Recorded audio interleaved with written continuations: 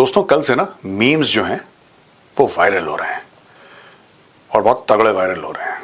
और इसलिए हो रहे हैं क्योंकि पाकिस्तान को, ये देखिए I am just reading out, मैं पढ़ के आपको बता रहा हूं कि आप और मैं बिल्कुल क्लियर हो जाएं कि हुआ क्या है। पाकिस्तान को यह बोला है कि साहब आप vice chair of the counter terrorism committee of the 15 nation UN body, ये पाकिस्तान सर्व करेगा। अच्छा, कल से भारत में यह डिस्कशन हो रहा है कि पाकिस्तान जो कि जननी है आतंक की, which is the mother of terrorism in this world, और ये हम सिर्फ मुहावरतन नहीं बोल रहे, ये हम सिर्फ ऐसे नहीं बोल रहे कि कोई चीज हम when we get emotional then we take extremes, ऐसी बात नहीं है। ये ऑन रिकॉर्ड है कि maximum number of United Nations के जो डेजिग्नेटेड टेररिस्ट हैं, यूएन डेजिग्नेटेड टेररिस्ट हैं, वो पाकिस्तान के अंदर है। ये बात सच है। जैसे कि आप ये कह सकते हैं कि मैक्सिमम नंबर ऑफ, अगर आप बोलें कि स्टार्टअप्स हैं एशिया में या वर्ल्ड में, या मैक्सिमम नंबर ऑफ कहीं पे इंजीनियर्स हैं जो कि टेक्नोलॉजी पे काम कर रहे हैं, आईटी में काम कर रहे हैं। आप इस तरीके से ले लीजिए कि मैक्सिमम नंबर ऑफ इंजीनियर्स जो हैं दुनिया में जो कि इंफॉर्मेशन टेक्नोलॉजी में काम करते हैं, वो कहाँ पे, वो इंडिया में है। उसी प्रकार से मैक्सिमम नंबर ऑफ टेररिस्ट्स जो कि टेररिज्म के लिए डायरेक्टली काम करते हैं और टेररिस्ट एक्टिविटीज करते हैं दुनिया भर में, वो पाकिस्तान में हैं। लेकिन सच्चाई कुछ और है दोस्तों। इसके पहले I would also like to tell you that Pakistan will chair the Taliban sanctions committee of the United Nations Security Council. अच्छा, पाकिस्तान जो है वो नॉन परमानेंट मेंबर है, क्योंकि एक तो परमानेंट मेंबर होते हैं दोस्तों, परमानेंट मेंबर होते हैं जैसे आपके अमेरिका हो गया एक परमानेंट मेंबर, फिर उसके बाद रूस है, चाइना है, यूके है, फ्रांस है, ये permanent members of the United nation security council है। लेकिन नॉन परमानेंट मेंबर भी होते हैं। 2-3 साल पहले भारत भी था, तो ये रोटेशन में होते हैं। लेकिन ये लोगों को फनी इसलिए भी लगा और थोड़ा सा अजीब सा इसलिए भी लगा कि पाकिस्तान, मतलब Pakistan, if terrorism was ever a instrument और a product, Pakistan would have been the inventor. मतलब वो पाकिस्तान का टेररिज्म के साथ एक बड़ा क्लोज रिलेशनशिप है। अब ये देखिए, जो वाइस चेयर वाला मामला है कि Algeria will chair the 1373 counter terrorism committee, Algeria chair करेगी उसको। इसमें फ्रांस, पाकिस्तान और रशिया वाइस चेयर होंगे, राइट? तो ये टर्न बाय टर्न होता है। ये कोई ऐसा नहीं है कि पाकिस्तान को बोला कि नहीं साहब आप, कुछ लोग ये भी कह रहे थे और सीरियसली कह रहे थे, मजाक में नहीं कह रहे थे। This was not a meme, people were actually saying that यार, जो सबसे जो बुरा होता है ना, आप अगर उसको जिम्मेदारी दे दो तो उसके बाद क्या होता है कि वो थोड़ा सा रुक जाता है, वो थोड़ा सा ठहराव उसके अंदर आ जाता है। और पाकिस्तान को तो पता है, पाकिस्तान को अगर आप वाइस चेयर बनाएंगे टेररिज्म का या चेयर बनाएंगे टेररिज्म का, तो पाकिस्तान को तो पता है सारे टेररिस्ट कहां पे। तो इसलिए पाकिस्तान बेहतर कंट्रोल कर पाएगा, because all of them are created by Pakistan and most of them live in Pakistan. ठीक है ना? चाहे वो किसी भी मुल्क का हो, उसका पाकिस्तान से कोई सीधा रिश्ता, सीधा नाता मिला ही मिला है। मैं फिर बार बार वो बात नहीं कहूंगा कि एबटाबाद में ओसामा बिन लादेन मिला था, वो एक बात है, वो पुरानी बात हो गई। It's still as serious. लेकिन बात यह है कि आज की तारीख में भी जो बड़े बड़े दहशतगर्द हैं पूरी दुनिया में, उनका पाकिस्तान से या तो रिश्ता है या आज के वक्त वो पाकिस्तान में रह रहे हैं, यूएन डेजिग्नेटेड। और पाकिस्तान के, चाहे वो पंजाब असेंबली के स्पीकर हों, चाहे कैबिनेट मिनिस्टर हों, चाहे लेफ्टिनेंट जनरल्स हों उनके आर्मी के, कोर कमांडर्स हों, मेजर जनरल हों, ब्रिगेडियर्स हों, उनके साथ एक ही सफ में खड़े रहते हैं, क्योंकि Pakistan and terrorism go hand in hand. The entire Nations mindset is like that, unfortunately. And unfortunately, Pakistan is a neighbor. The 1988 Taliban Sanctions Committee imposes an assets freeze, a travel ban, and an arms embargo on individuals, groups, undertakings, and entities associated with the Taliban and constituting a threat to peace, stability, and security of Afghanistan. तो इसमें काफी चीजें दे रखी हैं, इसमें ये होगा। Pakistan will serve as co-chair of the informal working groups on documentation and other procedural questions. ये सारी की सारी चीजें इसमें दे दी हैं। ठीक है, अब मैं आपको बताता हूं इसमें अंदर की बात। ये तो देखिए, मैंने आपको एक ब्रॉड फ्रेमवर्क बता दिया। ठीक है, पाकिस्तान किस तरीके से इस्तेमाल करेगा। सबसे पहले दोस्तों मैं आज आपको बता दूं, ये कल की खबर है, आज हम इसको एनालाइज कर रहे हैं। पाकिस्तान क्या करेगा? पाकिस्तान 2 काम करेगा। ठीक है, सबसे पहले पाकिस्तान विक्टिम कार्ड प्ले करेगा और इसको लेके, इसको हुक बना के पाकिस्तान पैसा लेने की कोशिश करेगा। कैसे? वही पुराना गाना कि हमारे 80,000 लोग मर गए, किसी ने नहीं गिना 80,000। ठीक है, ये खुद कुछ फिगर बना लेते हैं, जैसे बोलते हैं ना कश्मीर घाटी में 1 मिलियन इंडियन आर्मी है, कोई कहेगा 1.5 मिलियन इंडियन आर्मी है, मतलब कि टोटल 12 लाख की फौज है। 12 लाख की फौज में से 15 लाख कश्मीर में है। ये कहते हैं पाकिस्तानी, और पाकिस्तान में जो कि मदरसे में पढ़े हैं उनके लिए लॉजिकल है कि टोटल फौज जो 12 लाख की है, इंडियन आर्मी जो 12 लाख की है, 12 लाख में से 15 लाख, गणित देखिए इनकी, 12 लाख में से 15 लाख कश्मीर में, और कोई क्वेश्चन नहीं करता। और पाकिस्तान में ये मैथ्स अच्छी मानी जाती है, मैथ्स सूटेबल मानी जाती है। तो पाकिस्तान दो किस्म से इसको दोस्तों ये करेगा।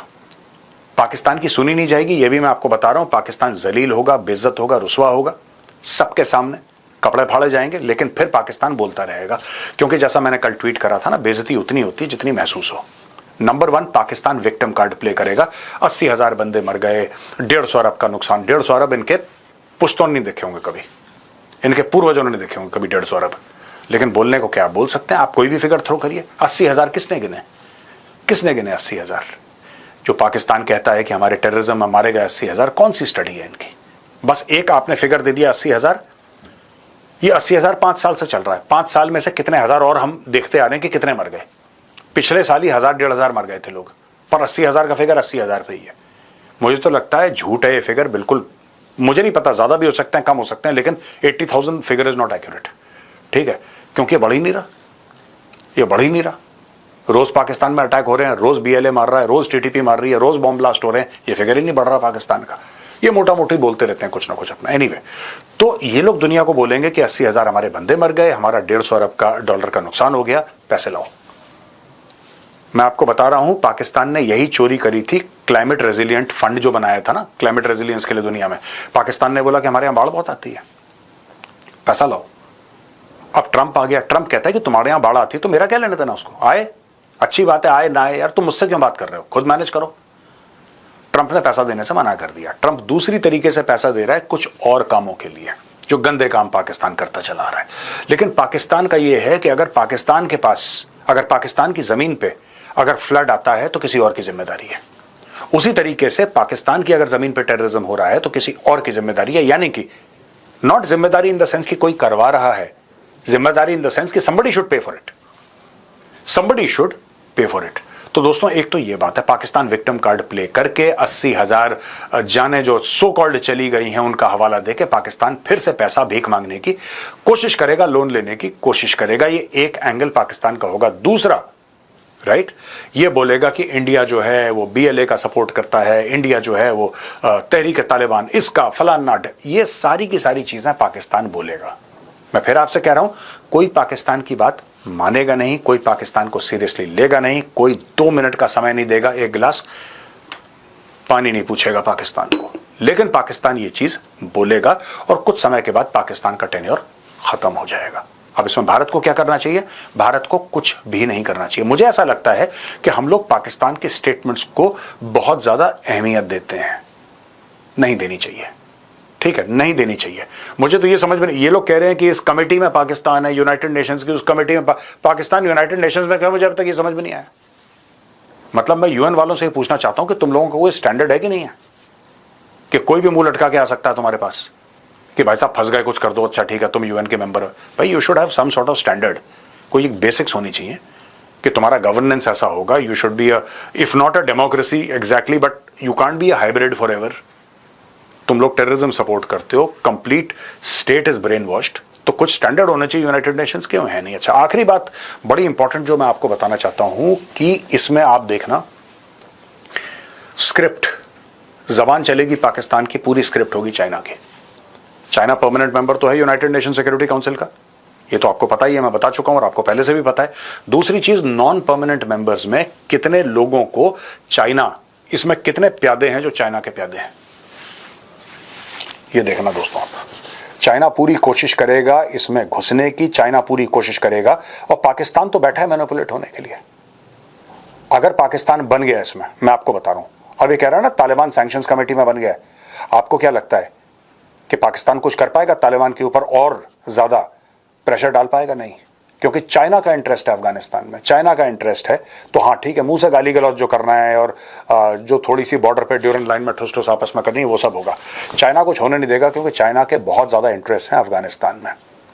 और ये भी बहुत इंटरेस्टिंग बात है, पाकिस्तान जानता है कि चाइना के क्यों इंटरेस्ट है, because slowly and slowly China is losing faith in Pakistan, in Pakistan ability to secure the China-Pakistan economic corridor, in Pakistan's ability to, actually save and safeguard and defend and protect Chinese citizens.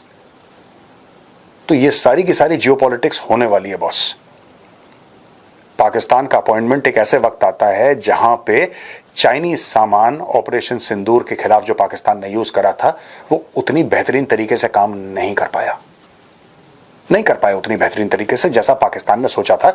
इसलिए Pakistan Libre करके तुर्की के पास जा रहा है. क्यों जा रहा है तुर्की के पास? ये हथियार दे दो, वो हथियार दे दो. क्योंकि उसको पता है कि चीनी माल जो है वो उतना कामयाब नहीं हुआ जितना पाकिस्तानियों ने सोचा था. ठीक है. और दूसरी चीज, चाइना क्योंकि कन्वेंशनल हथियारों से भारत को उतना नुकसान नहीं पहुंचा पाया, इसीलिए यूनाइटेड नेशंस और पाकिस्तान जैसे जो उसके गुर्गे देश हैं उनका इस्तेमाल करके भारत को नुकसान पहुंचाना चाहेगा. ये सारा ड्रामा होने वाला है दोस्तों. मैंने आपको एक बेसिक ब्रॉड फ्रेमवर्क बता दिया कि what is going to happen in perhaps the next 7 to 8 months.